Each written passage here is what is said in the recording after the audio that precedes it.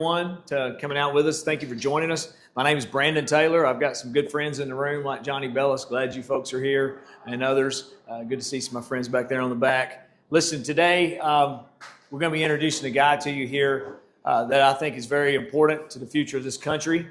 We were just at a forum just a few minutes ago, and they had all the candidates were there. We had some Democrats, we had Republicans, and it was discouraging for me, or it's disgusting rather for me to see a candidate that would be running for our representative for the 9th District that stood up for the Pledge of Allegiance, that wouldn't put their hand over their heart and say the Pledge of Allegiance in this country right now. You might think that might not be the case, and we live in the beautiful state of Tennessee where we love freedom and we love conservative values, and we go to church on Sunday, and we still appreciate the flag and things that happens. But as I was standing there and I watched the Democrats that are running for this seat, we're not talking about in another state or in another place, we're talking about right here on our ballot that's going to be coming out for this election coming forth in August. I thought it was amazing that we had this kind of difference. We've got one guy that I'm fixing to introduce that spent 22 years of his life defending that flag, standing for that flag, traveling all around this world to make sure that America secures her freedoms, and people in the room wouldn't even stand up and put their hand over their heart. We have got to be active in this election cycle. It's important. It matters now more than it ever has who we vote for. We've got to vote early. We've got to get out the vote. We've got to get to work. We now in the 9th District, we're going to take this thing back from them. That's the group that's had the 9th District for years. And now, thank God, the Tennessee State Legislature has turned this thing around and handed it to us, and I'm in the same district with you are. And I am thrilled to be able to tell you that we have a solid conservative guy that loves this country that will go represent you. Can you give a big round of applause for Mr. Jeremy Thompson?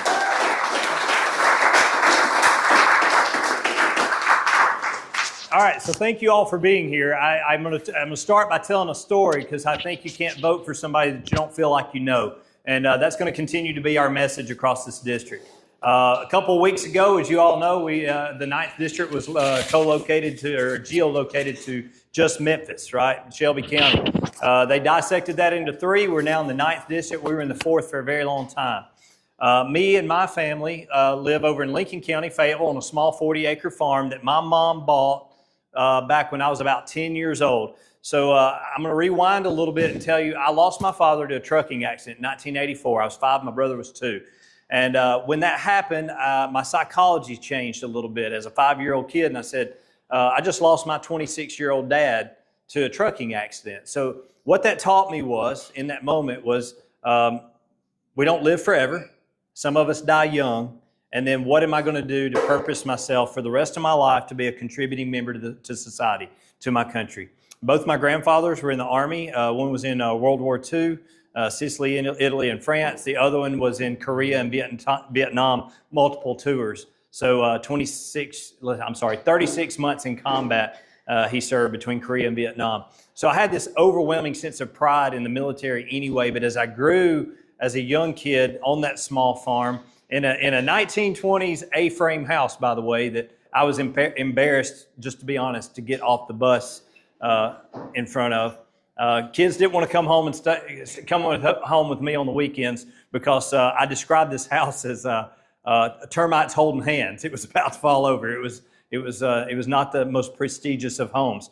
I remember plastic being stapled to the back 2 windows, and in the winter when the wind would blow, snow would literally come in. So I would hear elders tell stories like this and say, you walk up the hill both ways in the winter, back and forth to school, and your living conditions were really rough. I think my mom did that by design. I think she could have had a better living scenario in a neighborhood, a nicer home or whatever. But I think she did that by design to teach us a lesson of morality and grounding and responsibility, to build character in myself and my brother. And it worked.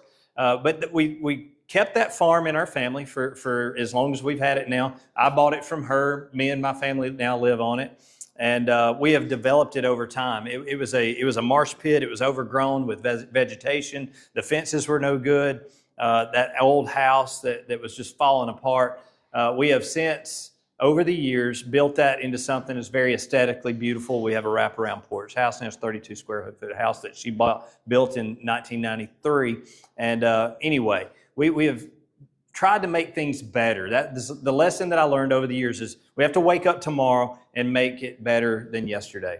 I've always been called to service. So when I was in high school, we did these career interest inventories. Career interest inventories are supposed to point you where you're supposed to be going vocational, public safety, or service.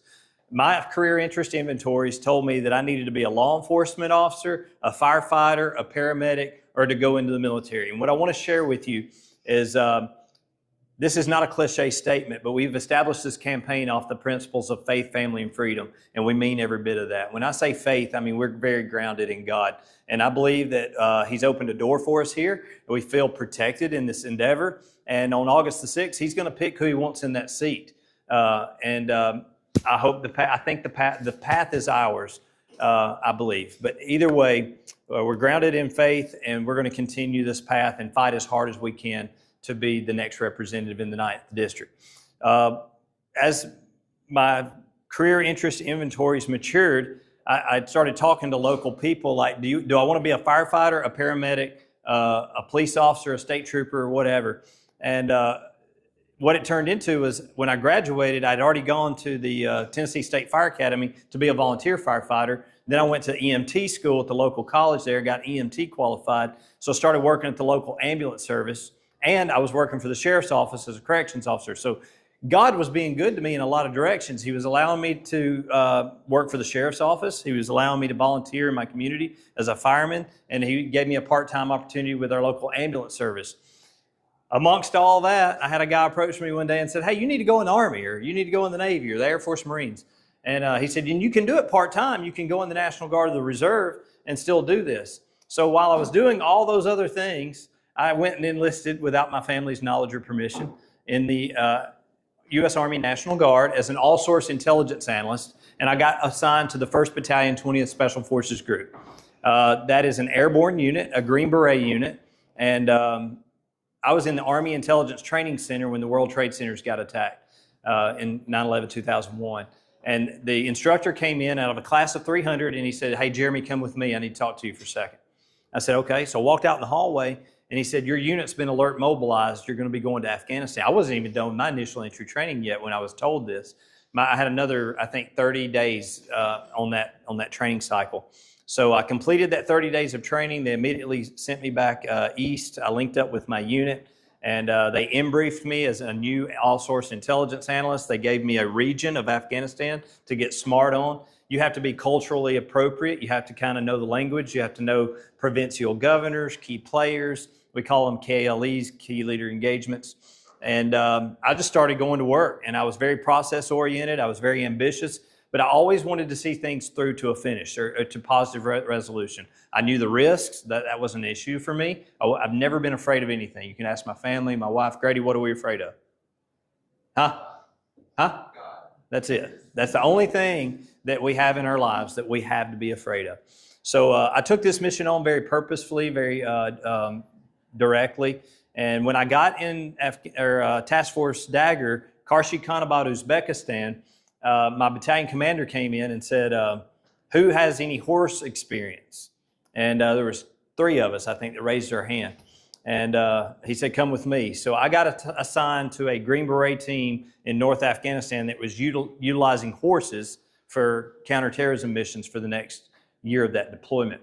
I saw some pretty horrific things, participated in horrific things, and I came home after a year of being submerged in the Afghan culture. As you can imagine, very multi-factional, so many things to learn. But what I saw while I was there is a third world country who were raising their kids to be religiously radical. They were raising their kids to be mathematically dominant. They knew multiple languages. They had an appreciation for their history. It was a phenomenal thing, actually, to see. And I will tell you, there's good people in all cultures and religions. We can get in the philosophical conversation about Islam, Christianity, and all of the religions at some other point. But what I'll tell you, there are good people in all religions. So when I came home, I started focusing on obviously, I wanted to promote. And I had a Green Beret team leader tell me one time, the best way to promote is be good at the job you're in. Don't chase the job out in front of you. Don't compare yourself to other people. Don't be competitive. Be the expert and the proactive member in the job you're in. People will recognize that, people will see that, and that will get you where you're going. So my career escalated quickly. I went from E1 to E7 in 9 years, which is almost heard of in the military. So I was fast tracking to be a sergeant major, but let me tell you what happened. Barack Obama got elected in 2009, or 8, but took the office in 2009. And if all of you remember where you were when he did his inauguration, maybe you watched it, maybe you didn't, maybe you were disinterested. I watched it. And one of the things he said that cut me all the way to my spinal cord was he was about to fundamentally change the United States of America. And I told my wife, Lindsay, that night, I said, America does not need or want a fundamental change. We need work. There's always work to do. We're always going to improve. We've improved a lot over the years. But under no circumstances did we need a fundamental ideological change. We certainly didn't need the hyper infiltration of radical Marxist, socialist, or communist ideology in our school systems. And I think that's where we are today. I think we're recovering as a nation because of 8 years of really ridiculous ideological principles and infiltration of our schools. And I think they derailed the Trump administration, who was trying his best to do good things. I watched the deterioration of our military over 8 years of Obama that I could spend the next 3 hours telling you systematically how he broke it down. Sequestration, reducing our nuclear power, paying off our enemies, trading traitors for terrorists, tier 1 terrorists. So many horrific things happened under that administration, and it just declined the morality of our United States military. Well, we started to build that back up when Trump got elected in 2016, but let me tell you what happened in 2016. In 2016, I was in the Defense Intelligence Agency in D.C., and it was a very contested presidential race between Hillary Clinton and Donald Trump. What I watched was the weaponization of our intelligence apparatus in Washington Navy Yard, D.C., where people I thought should share my values and share my lines of thought were actively in front of me, staging basically a coup against a candidate for president of the United States. And it wasn't normal polarized politics. It was something very different. And I immediately left class that day at DIA, and I went over to the House and Senate, and I told several elected officials in the House and Senate Armed Services committees, this is a disaster. This is headed nowhere good for our country, and we have to get out in front of it. I was one of several, if you want to describe it as a whistleblower or whatever you want to call it, I was one of several people that advocated that was going on behind closed doors. What I couldn't have known is they were already getting those reports from other people, and it was similar over at the FBI and federal law enforcement agencies. It was all being weaponized against one candidate. And we can't run a country like that. We cannot run a country that is not accountable to the people.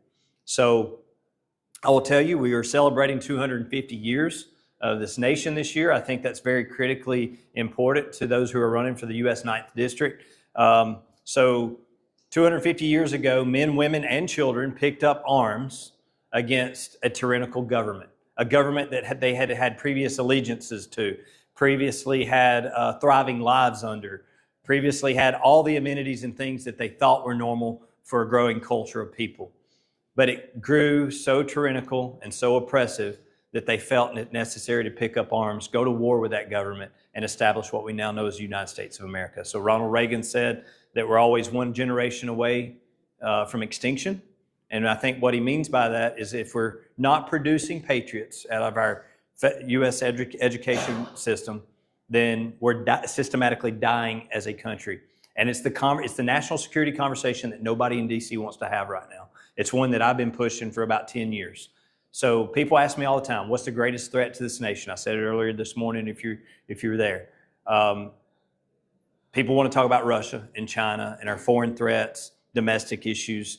I will tell you, if we don't get our education under control, K through 12 education, and start producing not only patriots, but patriots who can work for and produce for the United States of America, we will lose our country, and we'll lose it expeditiously.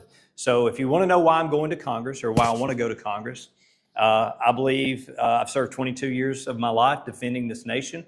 I've grown in that development and understood it in a way that I did not when I enlisted. My grandfather always told me, the army you leave will not be the one you enlisted in. And what he means by that is we systematically grow over time as a culture, as a people, our ideologies change, we get better and more efficient. So I want to go to D.C. to hold institutions accountable. That's my bottom line. God gives us our rights. Our rights do not come from the United States government. We've drifted too far away from our constitutional processes. We started this country with 7 articles. We've grown to 27 amendments. And within those 7 articles and 27 amendments, we now have over 220,000 rules, laws, regulations, and things that just absolutely destroy our ability to be productive members of this country. So that's what I'm going to D.C. for. I appreciate all you guys coming out, and I am available for questions. I told a couple of you that I hope I would jog some memory and some question opportunities, so that's what I'm here for. We're going to get hit with hard questions along the way, so throw them at me.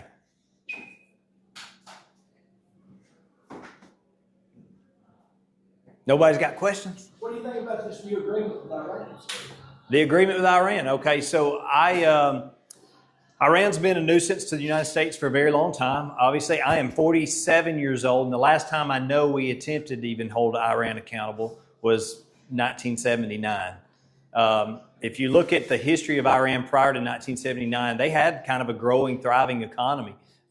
People dressed more Western. There was shops you could walk into. They had economical freedom. You know what I mean? Like it was not an oppressive system of government. Well, when the Ayatollahs got elected or appointed, it became the systematic, radical Islamic system of government that has deteriorated over time. And while they've done that over time, they've become more and more of a threat to our allies around the world.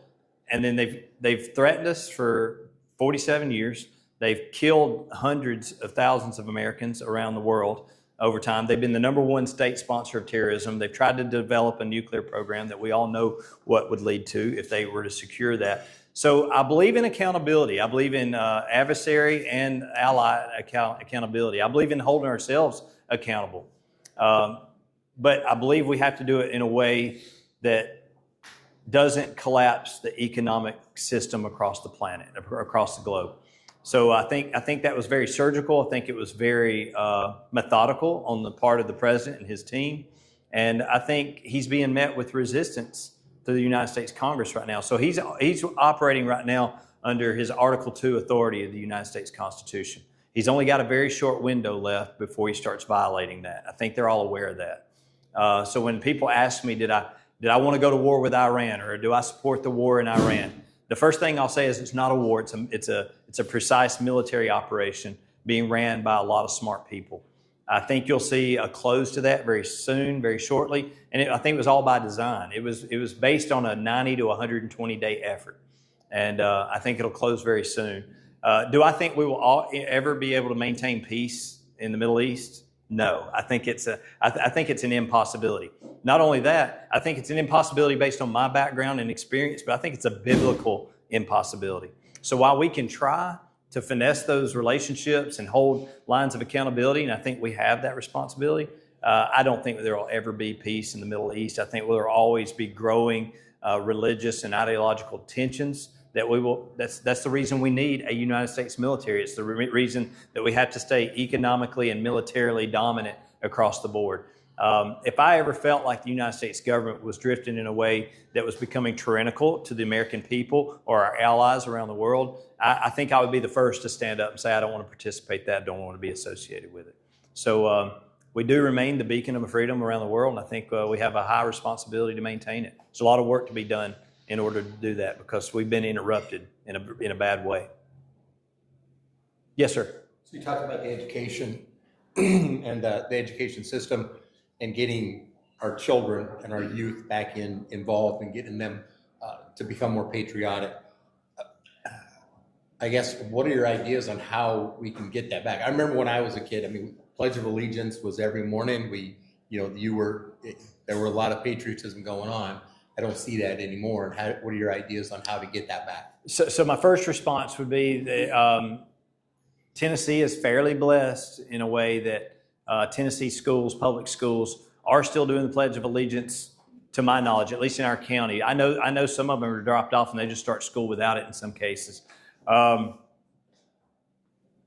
I have to be really, really cautious in what I think government's responsibility to that situation is, because I'm a less government candidate, okay? So I will tell you that my principles are that we have two criteria in my mind that should constitute legislation, regulation, or government. Does it make us more free, or does it make us more safe? And if it doesn't make us more free or more safe, I don't think we should be discussing it in the chambers of government, and I don't think we should be spending money on it. It's a pretty simple concept. I think patriotism and being grounded in faith have to be inherent. There's so much evil in the world, and we're being overrun by evil. And I think I think this is biblical. I don't want to try to pretend to you that I'm a preacher or a Bible scholar or that I know when the end of time is going to be. I would never profess any of that. But what I'll tell you is that if you're grounded in the Bible, biblical stories, and the Bible's direction, none of this should be a surprise to any of us. We're just the minority in the arena, and the Bible says that we will continue to become more and more of the minority. But that doesn't mean we have to leave the fight. And the fight is not for ourselves. It's not for our country, really. At the end of the day, the fight is for God, our Creator, and that's our sole obligation. At the end of the day, if we live 100 years, we've all lived a very short life. Most of us will not live to be 100. So, were you faithful to your Creator? And what did you do to be a positive member of your society while you were there? I think. Social Security is a big issue with me. I live on fixed income now, and that's a part of my income. Yes, sir. The trust fund will run out of funds 6 years, and they keep reducing that time that it's going to run out. They say we're going to take a hit of 22% of our income from Social Security.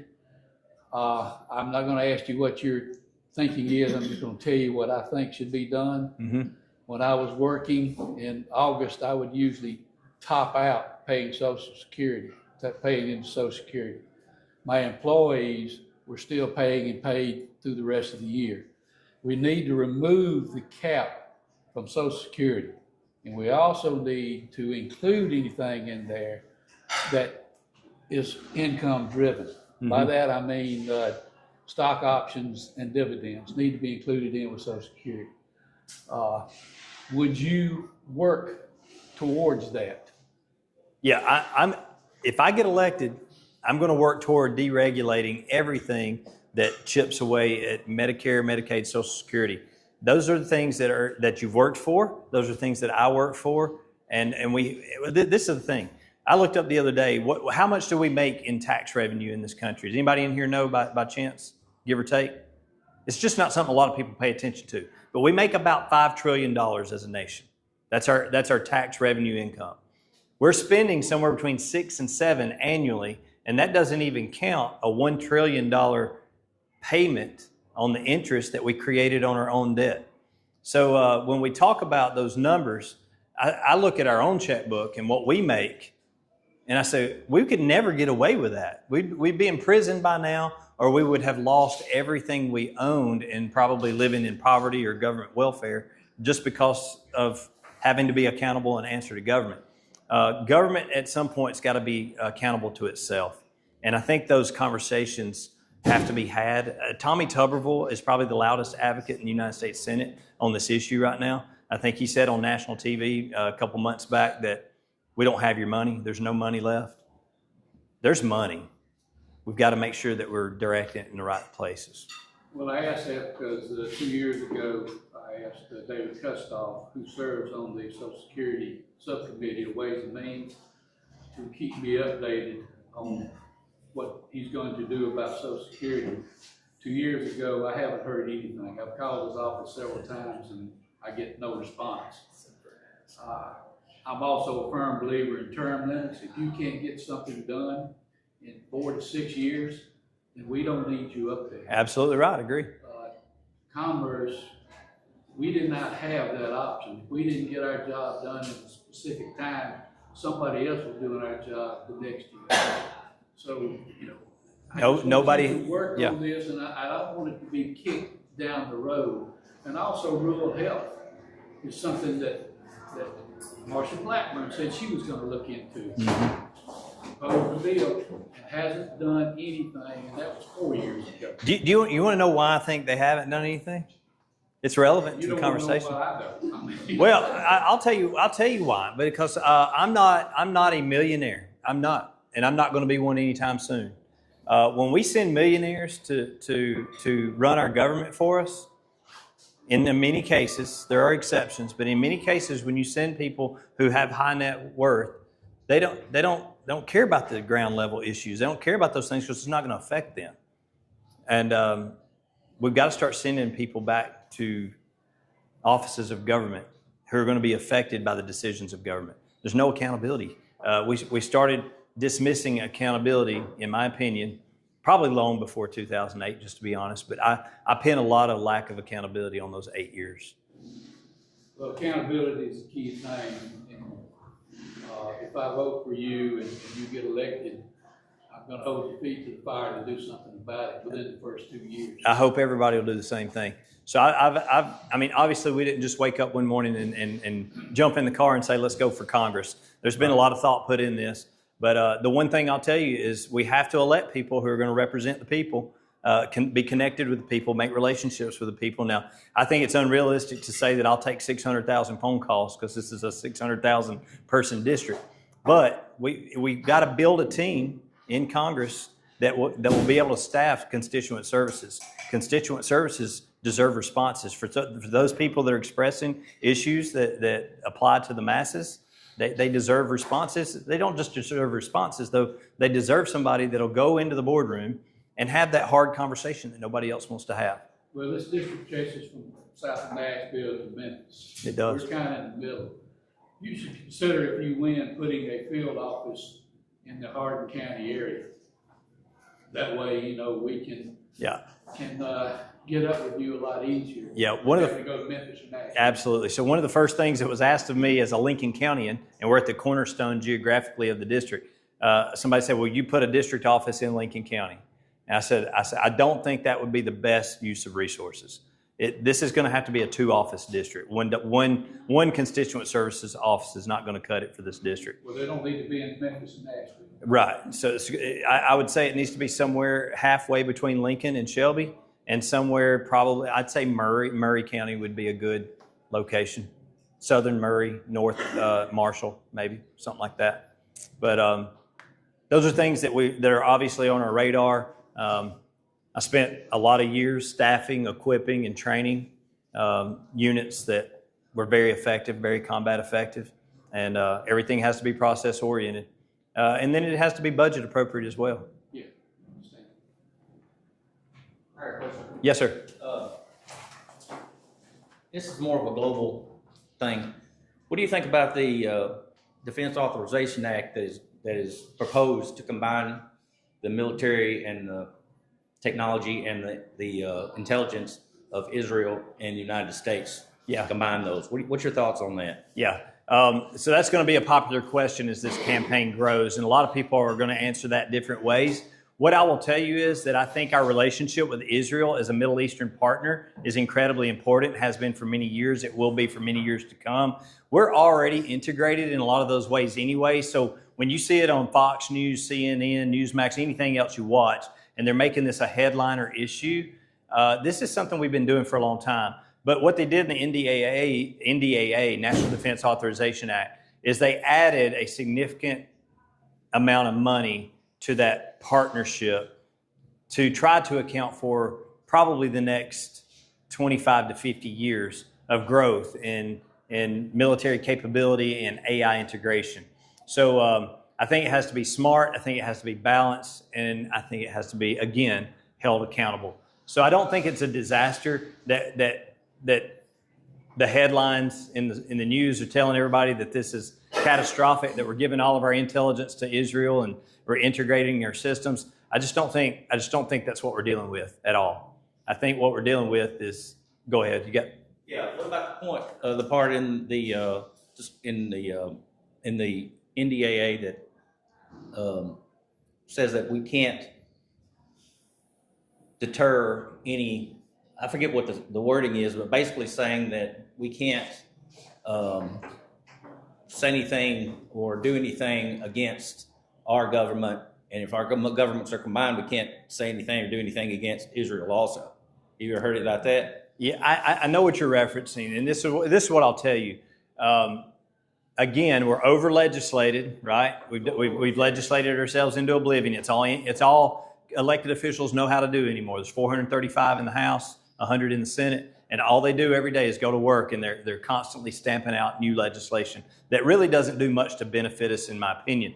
But what I would say is there's a lot out there in law. I think I said earlier, there's 220,000 laws, rules, and regulations through federal agencies or entities. And what they do is they just go out and write things that don't have a legal review. You know, if it's not legal, moral, or ethical, it's never going to pass anyway. So what I would tell you is there's probably things in there that are very contrast to the U.S. Constitution. Haven't had time to have a Supreme Court review yet. And I just don't see anything like that developing. I mean, there's no way that any law, federal, local, or state, can be written that takes control or authority out of the people's hands. It just doesn't exist. That's something that I'd fight and die for in the House floor if I had to. But yeah, we're not doing that. I will tell you also, though, that the NDAA has become a bastardized document because it's historically been a very bipartisan document. It was the document that everybody went to and said, oh, you know what? We got to have national defense, and we all believe in supporting our soldiers, sailors, airmen, and Marines. Well, then these very crafty and evil people said that's our vehicle to get the dumb stuff passed. We don't have to do single spending issues anymore. We can just roll it into the NDAA, and we don't care if it passes by 3 votes, but it'll pass, and we can get what we want out of it. So if you look at the NDAA right now, there's things in there about queerism, transgenderism, what surgeries the military will and won't pay for. There's things in there about gun control that are way outside the other conversations that you normally hear in the House and Senate. It's passing year after year after year by a smaller and smaller majority of legislators. It's a very dangerous precedence. But that's just one of many things that I think needs to be put back under control. The NDAA should never be a vehicle for pet projects and social issues that divide our country. Speaking of the single line item of votes, that's not a thing, except for a handful of senators and representatives have put forth single line, like 1-page bills. Yes. What can we do to get close to that? I mean, instead of having a wagon pulled in with a piece of legislation, yeah, and it's pulled in the night before, and they say let's vote on it tomorrow. Yeah, you know. So I always rewind to it's way more simple than we're making it. We're overcomplicating things every single day. And the easiest thing for me to do to convince you to align with me is to overwrite something that you don't have the time to read and you don't know what's in it. I just told you the summary and it sounds really good in conversation. So you go to the House floor and you vote for it and you find out 16 days later because your constituents are pissed off that you've done something that's drastically different than what you were principled for. I think the 7 articles are important. The 7 articles of the Constitution, they're fairly easy to read. They have very, very simple tasks and assignments for governing people. And we are supposed to be governing ourselves. We're supposed to be sending ourselves to Congress to govern in a way that's positive for the people, that delivers positive results for the people. So I don't know, if you feel oppressed in your checkbook, if you feel oppressed at the gas station or the grocery store, or even legally, I tell people all the time, you probably, if you drove any distance today, going to work or coming to this event, there's probably a handful of laws that you broke and didn't even know it. There are things out there that would blow your mind that are deep within the laws, rules, and regulations of our country that would probably make everybody in here some kind of a mugshot or rap sheet. And it's just ridiculous. We're just way over regulated. So I would be a very heavy proponent of deregulation. I think there's a 10-to-1 initiative that was developed in 2025. So Trump right now, if you're a federal agency or entity and you're introducing a new rule or regulation, his administration requires you by executive order to dismiss 10. It was a 1 in 3 under Trump 1, and he realized that wasn't going to cut it. So he went to 1 in 10. So if you introduce a new rule, law, or regulation, you have to propose 10 that come off the books. I think that's a solid initiative, but Arguably, it probably needs to be 1 in 100 at this point. We've got so many laws that are no longer valid or relevant to governing our country.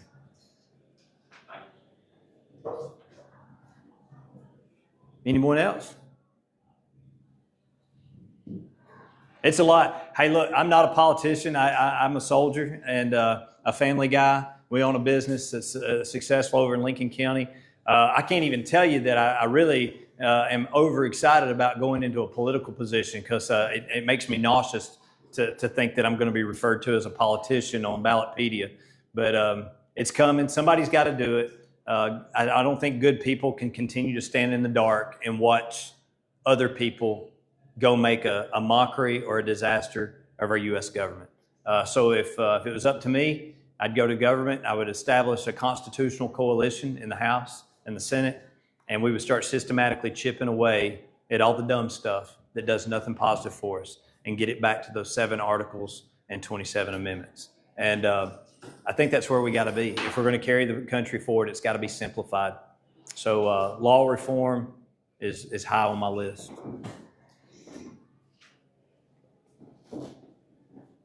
I don't want to bore anybody, so what's our schedule?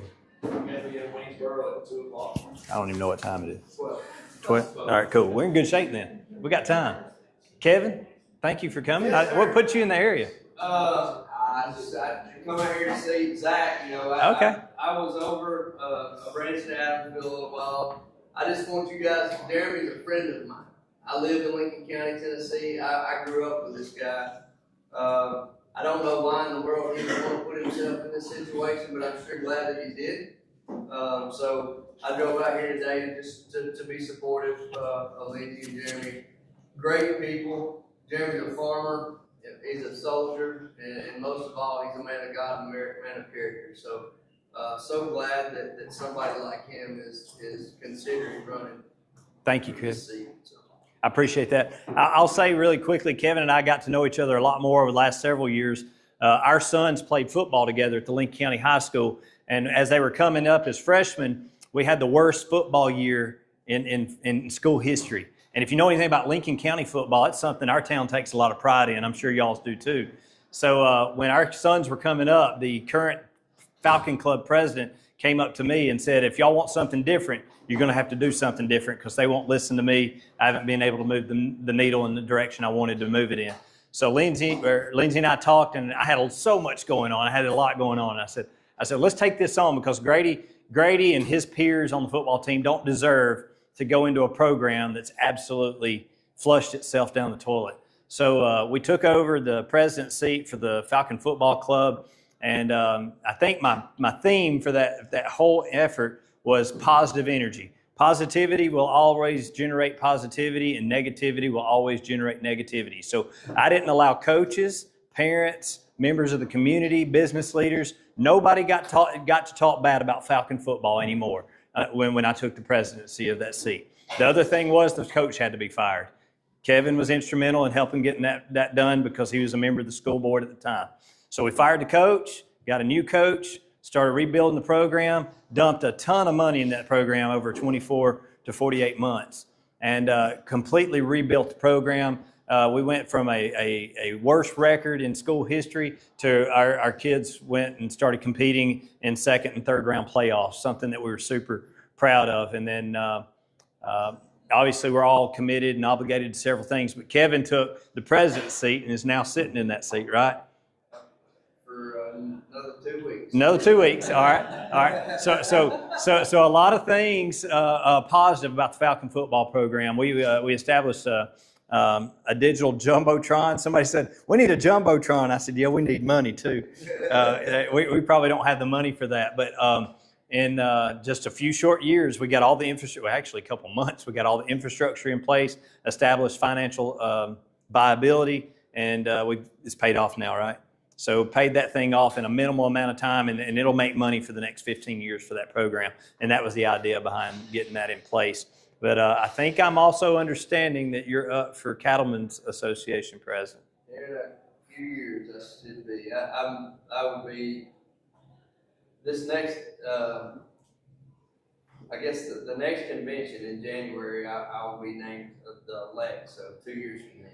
Okay. So I got about 3 years before All I'll be right. Well, I heard some of your peers say something different at the banquet the other Well, night. they might be pushing it to streamline it. I was hearing more like 6 months. So. Yeah, I think I got a little bit of time before, but I'll be the president-elect after next year, the Tennessee Cattle Association. Good deal. Well, thank you for doing that. That's a big deal. Yeah, Jeremy, I got a good friend, Mike Weatherton, that lives up your area. Yes, sir. He called me about a month ago, and he said, Roger, you need to listen to a guy named Jeremy Thompson. He runs for the Congress. And I said, well, I've undecided who I want to vote for anyway.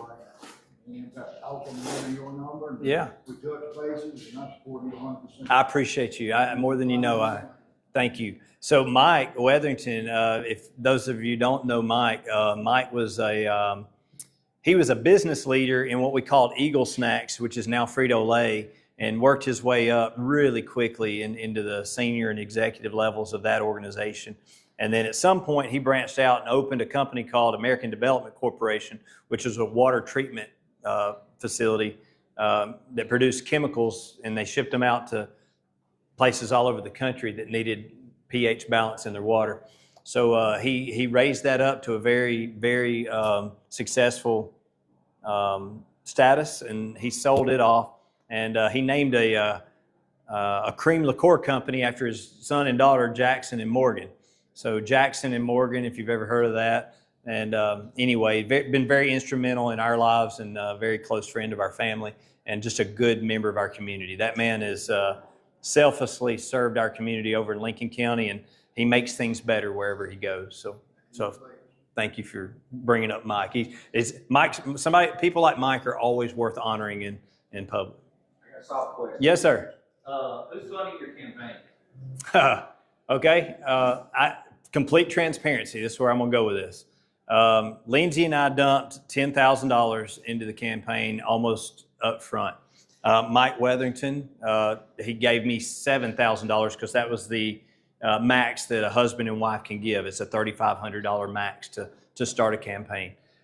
We went out throughout our community, people that I've established relationships with for years, and we grew that account to over $120,000 in about 14 days. And that resonated with the White House team on political affairs. Like, you have to establish viability, like whether they'll take you serious as a candidate or not, or if they just kind of flush you down the toilet. So unfortunately, money has to be a thing, a priority of any campaign if you're going to be effective. But it's all been private donations, no PAC money or anything like that. We're starting to branch out into the other counties where people are saying, hey, we like what you're doing. We like what you're trying to accomplish.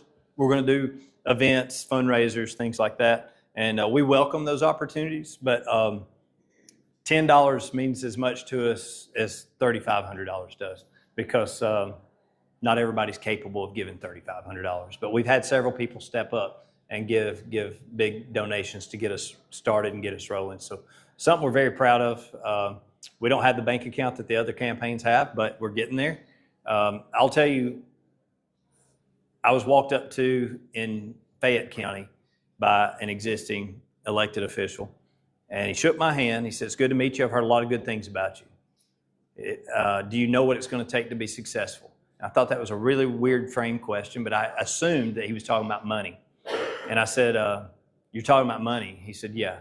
I said, "Well, I've been told $1 million or more." And he said, "Probably 3 to 5. And I said, So I'm going to be irrelevant. I'm going to be an irrelevant candidate that nobody will pay attention to and give support to because I don't have $1 million or more in my checking account. That's a really, really foul and messed up way to look at politics or policy. So, yeah.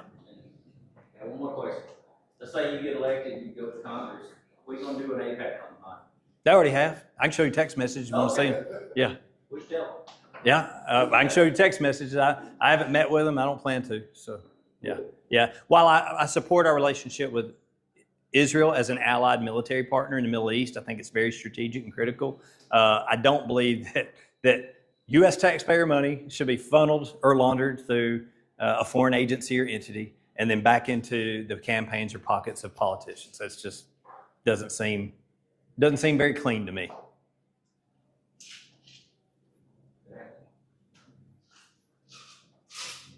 I'm not a plant, by the way, I'm asking common questions.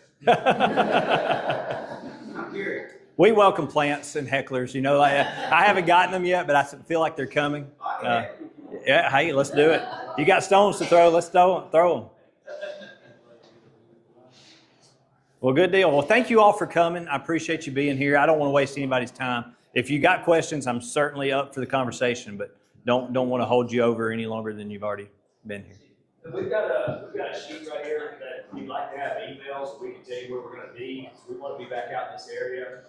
We'd love to have your email address or phone number. We'll try to keep in touch with you. We can keep you up to date. It's bad if you miss a candidate. Somebody says, "Hey, I was a day late," and we found out after it happened. Just to keep you in the know. We'd love to have your information. And also, if you want to get some signs, we've got plenty of signs with us. We've got a couple in here, and grab a T-shirt as well.